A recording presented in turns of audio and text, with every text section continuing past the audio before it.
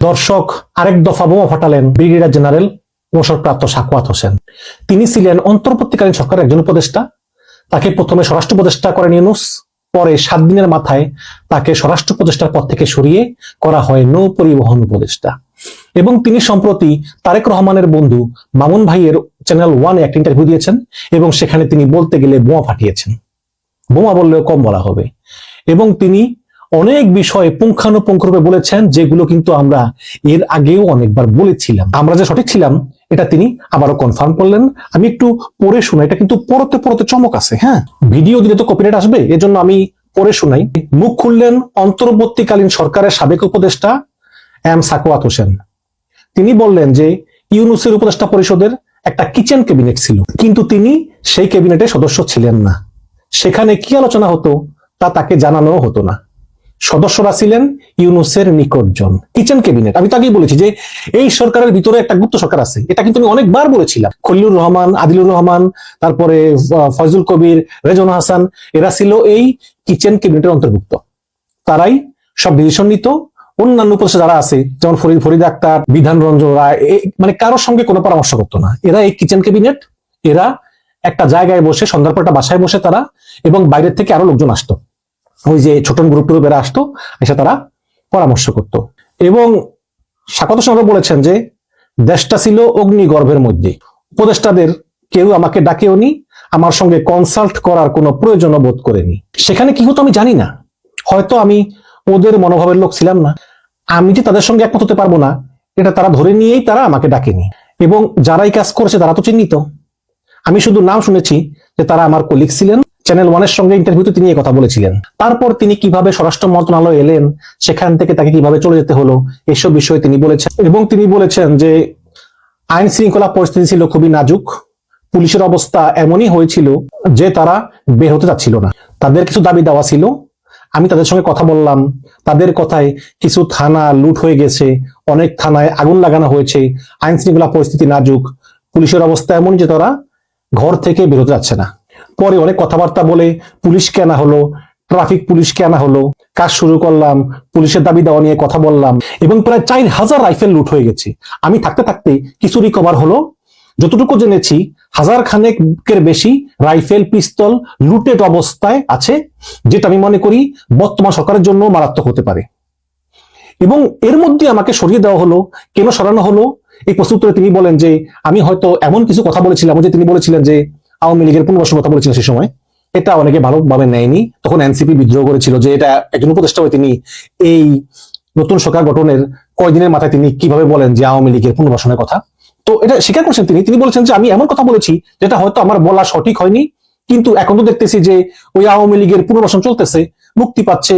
এখন ওই সময় আমি বলছি এটা দোষ হয়ে গেছে, যাই আমাকে সরিয়ে দিয়েছে, আমি চেয়েছি আমি পদত্যাগ করবো। ইউনূস বলে যে না, খারাপ দেখা যায়, আপনি তার চেয়ে নৌ পরিবহন মন্ত্রণালয়ের দায়িত্বটা নেন। সবচেয়ে বড় কথা হচ্ছে যে সবসময় আওয়ামী লীগ বলে যে সাখাওয়াত হোসেন নাকি বলেছিলেন যে 7.62 রাইফেল তো পুলিশের কাছে থাকার কথা না। তাহলে এই 7.62 রাইফেল দিয়ে কারা গুলি করলো? এটা কিন্তু শেখ হাসিনা সহ আওয়ামী লীগের সবাই বলে, সাখাওয়াত সাহেবের রেফারেন্স দিয়ে। সাখাওয়াত সাহেব এটা বলেছিলেন, সুতরাং আমরা মারিনি। এই 7.62 mm রাইফেল দিয়ে, চাইনিজ রাইফেল দিয়ে কারা গুলি করছে আমরা জানি না। মূলত এই ছাত্র জনতাকে মারার জন্য যে 1500 মানুষ মারা গেছে, এটা আসলে তৃতীয় কোনো পক্ষের কাজ, এবং এর পিছনে আছে জামাত, শিবির এগুলো বলে আর কি, আওয়ামী লীগ বলে এগুলি।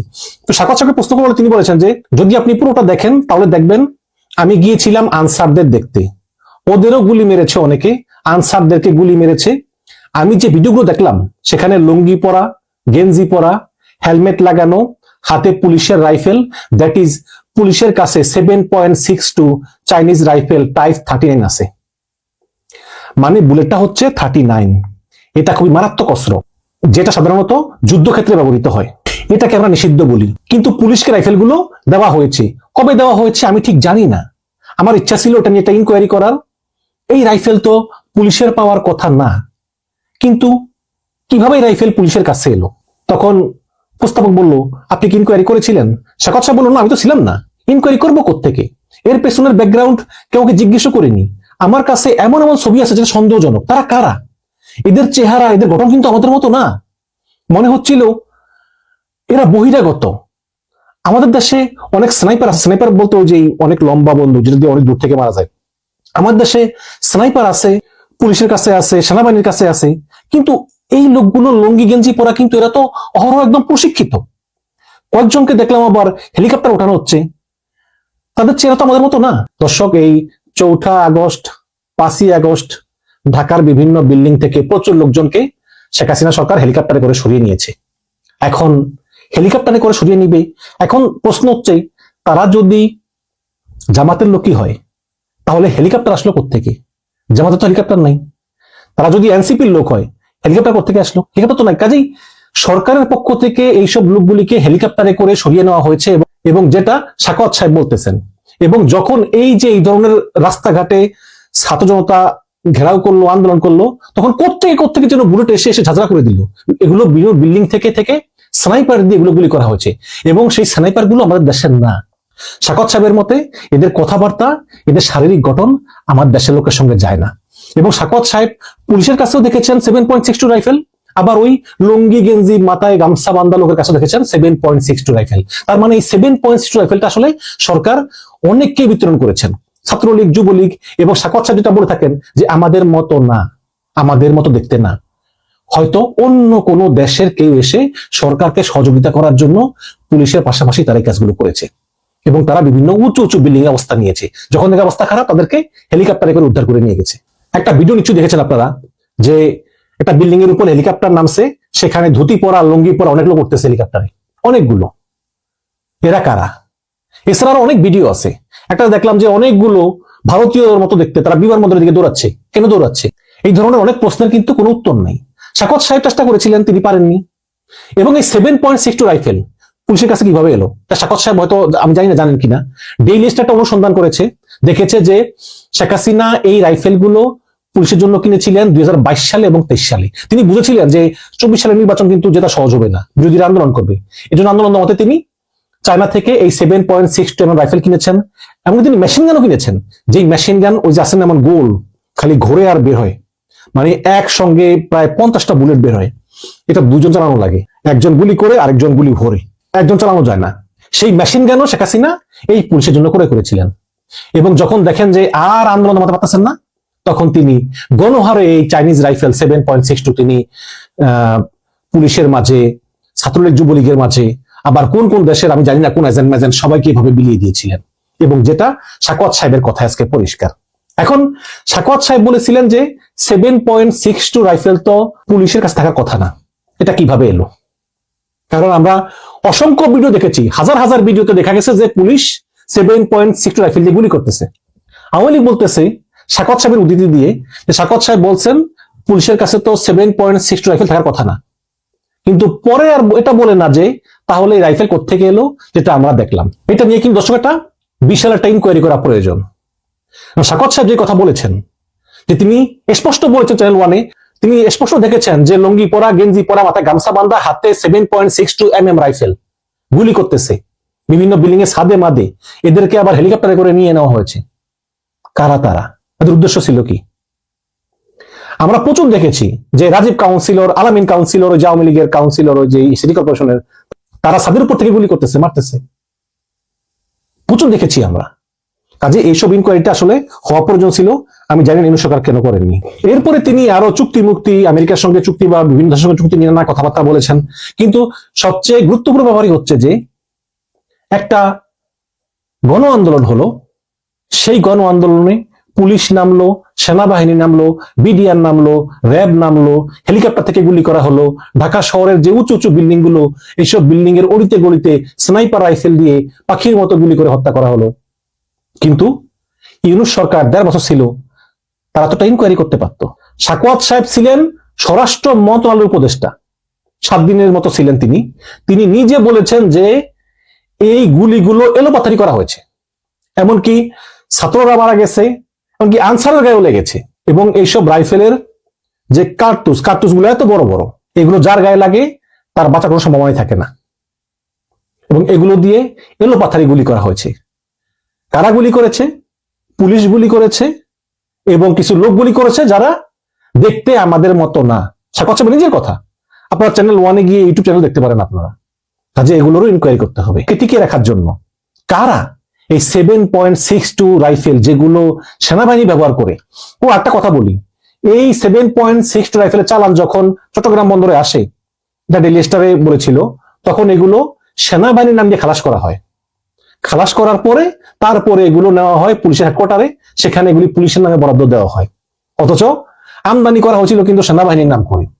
তাহলে যেই 7.62 রাইফেল ভয়ঙ্কর যুদ্ধক্ষেত্রে ব্যবহৃত হয়, সেই 7.62 রাইফেল শেখ হাসিনা তুলে দিল পুলিশের হাতে নিজের দেশের মানুষকে মারার জন্য, এবং সঙ্গে আরো এমন কিছু লোক দিয়ে দিল লুঙ্গি পরা, গেঞ্জি পরা, গামছা পরা, দেখতে আমাদের মতো না। এবং সাবাচ্চা কি বলেছিলেন যে লুঙ্গি গামছা পরা ঠিক আছে, কিন্তু তারা খুবই প্রশিক্ষিত, তাদের গুলি চালানোর স্টাইল সবকিছুতে মনে হয় যে তারা খুবই প্রশিক্ষিত। তাহলে তারা কারা? এই তদন্তটা আসলে হওয়া উচিত ছিল। এখন ইউনূস সরকার চলে গিয়েছে, তারেক রহমান সরকার আসছে, আমি জানি না এই তদন্ত হবে কিনা, মনে হয় আর হবে না, কিন্তু এই প্রশ্নটা রয়েই যাবে যে Bangladeshi police, army, Chhatra League, Jubo League, RAB, BGB এরা গুলি করে তো মেরেছেই, কিন্তু সঙ্গে আরো কারা ছিল?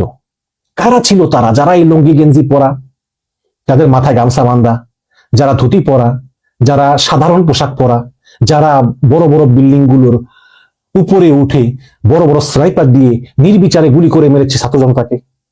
এইসব উত্তর মনে হয় আসলে আর কোনোদিনই পাওয়া যাবে না। ইউনূস সরকারের গোপন তথ্য ফাঁস করলেন ব্রিগেডিয়ার সাখাওয়াত। এখন কেন এসব কথা বলছেন তিনি? সম্প্রতি এক সাক্ষাৎকারে, টেলিভিশন সাক্ষাৎকারে ব্রিগেডিয়ার সাখাওয়াত ইউনূস সরকারের গোপন তথ্য ফাঁস করেছেন। সেই তথ্য এখন কেন ফাঁস করছেন সেটি বড় প্রশ্ন। আমি শুরুতেই যদি বলি, ব্রিগেডিয়ার সাখাওয়াতদের মতো লোককে গা বাঁচাতে চাইছেন? ইউনূস সরকারের যে এই যে এত অপকর্ম 1.5 বছরের, এই 1.5 বছরের সঙ্গী হয়ে তিনি ছিলেন, শেষ দিন পর্যন্ত ইউনূস সরকারের ক্যাবিনেটে ছিলেন। ক্যাবিনেট থেকে চলে আসার পর এখন বলছেন ইউনূস সরকার এটা করেছে, সেটা করেছে, আমি পদত্যাগ করতে চেয়েছিলাম, আমাকে পদত্যাগ করতে দেওয়া হয়নি। এখন কি এগুলো এই বয়সে, শেষ বয়সে এসে দেশে অবস্থান করে গা বাঁচানোর কি একটা অংশ, নাকি অন্য কিছু? আমরা একটু দেখে আসি যে ব্রিগেডিয়ার সাখাওয়াত কি বলছেন। বাংলাদেশের রাজনীতিতে আবারও তোলপাড় ব্রিগেডিয়ার সাখাওয়াতের এই সাক্ষাৎকার নিয়ে। অন্তর্বর্তী সরকারের সাবেক উপদেষ্টা ব্রিগেডিয়ার জেনারেল অবসরপ্রাপ্ত সাখাওয়াত হোসেন দীর্ঘ নীরবতা ভেঙে মুখ খুলেছেন। আর তার এই মুখ খোলা বেরিয়ে এসেছে একের পর এক চাঞ্চল্যকর তথ্য। ডক্টর ইউনূসের অন্তর্বর্তী সরকার কি আসলেই সবার মতামতে চলেছে, নাকি আড়ালে অন্য কেউ কলকাঠি নেড়েছে? কেন তাকে স্বরাষ্ট্র মন্ত্রণালয় থেকে সরিয়ে দেওয়া হলো? হেলিকপ্টার থেকে কারা গুলি করেছিল, যাদের চেহারা আমাদের মতো নয়? কেন তিনি বলছেন কিচেন ক্যাবিনেটের কথা? সাখাওয়াত হোসেনের সাক্ষাৎকারের সবচেয়ে বড় যে বিষয়টি, সেটি হলো কিচেন ক্যাবিনেট। তিনি পরিষ্কার করে বলেছেন যে ডক্টর ইউনূসের উপদেষ্টা পরিষদের ভেতরে একটি ছোট কিচেন ক্যাবিনেট ছিল, তিনি নিজে সেই ক্যাবিনেটের সদস্য ছিলেন না। সাখাওয়াত হোসেনের ভাষায় সেখানে কি আলোচনা হতো অন্য উপদেষ্টাদের জানানো হতো না। এই কিচেন ক্যাবিনেটের সদস্যরা ছিলেন ডক্টর ইউনূসের অতি নিকটজন। দেশ যখন একটি অগ্নিগর্ভ পরিস্থিতির মধ্য দিয়ে যাচ্ছিল, তখন গুরুত্বপূর্ণ সিদ্ধান্তের সময় তাকে ডাকাও হয়নি, এমনকি তার সঙ্গে পরামর্শ করারও প্রয়োজনও মনে করেনি সরকার। এখান থেকে একটি প্রশ্ন ওঠে, তবে কি অন্তর্বর্তী সরকারে উপদেষ্টাদের মধ্যে বিভাজন ছিল? এটি যে ছিল এতে কোনো সন্দেহ নেই। সাখাওয়াত হোসেন মনে করেন হয়তো তিনি তাদের মনোভাবের লোক ছিলেন না বলেই তাকে দূরে রাখা হয়েছিল। তিনি স্পষ্ট জানিয়েছেন যারা এই কিচেন ক্যাবিনেট চালিয়েছে তারা চিহ্নিত এবং তারা তার কলিগ ছিলেন। এটি সরকারের অভ্যন্তরীণ সমন্বয়হীনতার এক বড় প্রমাণ। আমরাও কিন্তু আমরা ওই সময়ের যে কন্টেন্ট গুলোতে বলেছি যে অনেক উপদেষ্টা আসলে পদত্যাগ করতে চান, অনেক বলতে কয়েকজন উপদেষ্টা, এই সাখাওয়াত হোসেন বা আরো অনেকে করতে চান, কিন্তু সেই সময় ইউনূস সরকারের পক্ষ থেকে তাদেরকে চেপে রাখা হতো যে না, আপনারা যাবেন না, গেলে সরকারের ভাবমূর্তি নষ্ট হবে। কিংবা এই সময় যদি এই সাখাওয়াত হোসেনরা সাহসী পদক্ষেপ নিতেন, কিংবা ওয়াহিদুদ্দিন মাহমুদ বা এই ধরনের মানুষ যারা ছিলেন, তারা যদি পদক্ষেপ নিতেন যে আমরা চলে যাব, থাকবো না, তাহলে কিন্তু আপনাদের মনে আছে নিশ্চয়ই 111 সরকারের সময়, ওই সময়ও কিন্তু তত্ত্বাবধায়ক সরকারের ব্যাপক পদত্যাগ, পাল্টা পদত্যাগ, আবার নিয়োগ, এমন ঘটনা কিন্তু ঘটেছিল। ঘটবার কারণে তখন কিন্তু যে কোনো ভাবে তখন একটা স্টেবল সিচুয়েশন ছিল এবং একটি ভালো শাসন ছিল, মানুষ অন্ততপক্ষে একটু স্বস্তিতে ছিল বলা যায়। বিএনপি জামাতের এক টার্মের একটা বাজে শাসনের পরে 111 সরকারের সময় একটু স্বস্তিতে ছিল। কিন্তু আজকে এই সাখাওয়াত হোসেনরা কিন্তু সাহসী পদক্ষেপ নিতে পারেননি, পদত্যাগ করেননি, যার দরুন বাংলাদেশের মানুষকে কিন্তু সাফার করতে হয়েছে। এর দায় তো সাখাওয়াত হোসেনদের নিতেই হবে, যেই হোক না কেন, এই পরিষদে যতজনই থাক না কেন, প্রত্যেককে এর দায় নিতেই হবে। স্বরাষ্ট্র মন্ত্রণালয় থেকে তাকে সরিয়ে দেওয়া হলো কেন সে বিষয়েও তিনি কথা বলেছেন। সাখাওয়াত হোসেন বিস্তারিত বর্ণনা দিয়েছেন সে বিষয়ে। তার প্রধান লক্ষ্য ছিল পুলিশকে মাঠে ফিরিয়ে আনা এবং পুনর্গঠন করা। 5ই আগস্টের পর পুলিশ যখন ভয়ে থানায় ফিরছিল না, ট্রাফিক পুলিশ যখন রাস্তায় দাঁড়াতে চাইছিল না, তখন সাখাওয়াত হোসেনই তাদের উৎসাহ দিয়ে মাঠে নামিয়েছিলেন। তিনি তার কৃতিত্ব জাহির করেছেন। খুব স্বাভাবিকভাবে তিনি জানিয়েছেন প্রায় 4000 রাইফেল লুট হয়েছিল, যার মধ্যে কিছু উদ্ধার হলেও হাজার খানেকের বেশি রাইফেল ও পিস্তল এখনো সাধারণ মানুষের হাতে বা নিখোঁজ অবস্থায় আছে। সাধারণ মানুষ বলতে এগুলো সন্ত্রাসীদের হাতে আছে এবং এই রাইফেলগুলো এই বর্তমান বিএনপি সরকারের জন্য একটা বড় থ্রেটের কারণ, সেটিও বলেছেন সাখাওয়াত হোসেন। সাখাওয়াত হোসেন যখন স্বরাষ্ট্র মন্ত্রণালয়কে গুছিয়ে আনছিলেন, ঠিক তখনই তাকে সরিয়ে দেওয়া হলো কেন? তার অপরাধ ছিল তিনি কিছু কঠিন সত্য কথা বলেছিলেন, যা তৎকালীন সময়ের জন্য সঠিক নয় বলে মনে করছিল সরকার। এমনকি ডক্টর ইউনূস তাকে তখনই পদত্যাগ করতে দেননি, কারণ এতে খারাপ বার্তা যেত। অর্থাৎ ওই সময় সাখাওয়াত হোসেন পদত্যাগ করতে চেয়েছিলেন, এই জন্য ডক্টর ইউনূস তাকে পদত্যাগ করতে দেননি। তাকে নৌ পরিবহন, বস্ত্র, পাট এইসব মন্ত্রণালয়ে পাঠানো হয়েছিল। এবার আসা যাক সবচেয়ে ভীতি জাগানিয়া তথ্যে। 7.62 চাইনিজ রাইফেল টাইপ 39, এটি একটি মারাত্মক যুদ্ধাস্ত্র যা সাধারণত সমরাস্ত্র হিসেবে ব্যবহৃত হয় এবং সিভিলিয়ান বা পুলিশি কাজে নিষিদ্ধ। সাখাওয়াত হোসেন আনসার সদস্যদের উপর গুলির ঘটনা তদন্ত করতে গিয়ে দেখেন যে লুঙ্গি ও গেঞ্জি পরা হেলমেটধারী কিছু লোক পুলিশের এই রাইফেল ব্যবহার করছে। কিন্তু এর চেয়ে বড় তথ্য হলো সাখাওয়াত হোসেনের কাছে এমন কিছু ছবি ও ভিডিও আছে যেখানে দেখা গেছে হেলিকপ্টারে কিছু মানুষকে ওঠানো হচ্ছে, যাদের চেহারা ও শারীরিক গঠন আমাদের দেশের মানুষের মতো নয়। তিনি বহিরাগত শব্দটা ব্যবহার করেছেন। তিনি প্রশ্ন তুলেছেন, এই অহরহ প্রশিক্ষিত স্নাইপাররা কারা ছিল? কেন পুলিশকে এই নিষিদ্ধ রাইফেল দেওয়া হলো? তিনি তদন্ত করতে চেয়েছিলেন, কিন্তু তাকে সুযোগ দেওয়া হয়নি। এই প্রশ্নটি কি তবে বিশাল কোনো ভূ রাজনৈতিক ষড়যন্ত্রের দিকে ইঙ্গিত করে? সাখাওয়াত হোসেন তার দায়িত্ব পালনকালে বিদেশি কোম্পানিগুলোর সাথে চুক্তির বিষয়েও কথা বলেছেন, বিশেষ করে আমেরিকান কোম্পানি সেভরন এবং শ্রমিক কল্যাণ তহবিলের 4% অর্থ নিয়ে যে বিতর্ক ছিল। টিসিসি বা টেকনিক্যাল কমিটি রাজি না থাকলেও তিনি দুই পক্ষের সম্মতিতে তা 1 থেকে 1.5% নামিয়ে আনেন, যাতে বিদেশি বিনিয়োগ বাধাগ্রস্ত না হয়। তিনি মনে করিয়ে দিয়েছেন যে অফশোর ড্রিলিং এর মতো উচ্চতর প্রযুক্তি শুধু আমেরিকার কাছেই আছে, যা চীনের কাছেও নেই। এখানে তিনি দেশের উন্নয়নের সাথে কিছুটা নমনীয় হওয়ার পক্ষপাতী ছিলেন। অন্তর্বর্তী সরকারের উপর বড় দেশগুলোর প্রভাব আছে কিনা এমন প্রশ্নের জবাবে তিনি বলেছেন, সব ক্ষেত্রে না হলেও ট্রেড নেগোসিয়েশন বা বাণিজ্যিক দর কষাকষিতে বড় ধরনের আন্তর্জাতিক চাপ ছিল। এটি প্রমাণ করে যে পর্দার আড়ালে বড় রাষ্ট্রগুলো বাংলাদেশের বর্তমান পরিস্থিতির ওপর গভীর নজরদারি এবং প্রভাব বিস্তার করছে। প্রিয় দর্শক, সাখাওয়াত হোসেনের এই বক্তব্য অনেকগুলো অমীমাংসিত প্রশ্নের জন্ম দিয়েছে, বিশেষ করে কিচেন ক্যাবিনেটের গোপন অভিসন্ধি, নিখোঁজ হওয়া হাজার হাজার মরণাস্ত্র আর হেলিকপ্টারে দেখা যাওয়া সেই অচেনা মানুষগুলো। এই সব কিছু ইঙ্গিত দিচ্ছে আমরা যা দেখছি তার আড়ালে আরো অনেক কিছু ঘটেছে। আপনারা কি মনে করেন? সাখাওয়াত হোসেনকে কি সত্যি বলার কারণেই সরিয়ে দেওয়া হয়েছিল? কমেন্ট করে আমাদের জানান।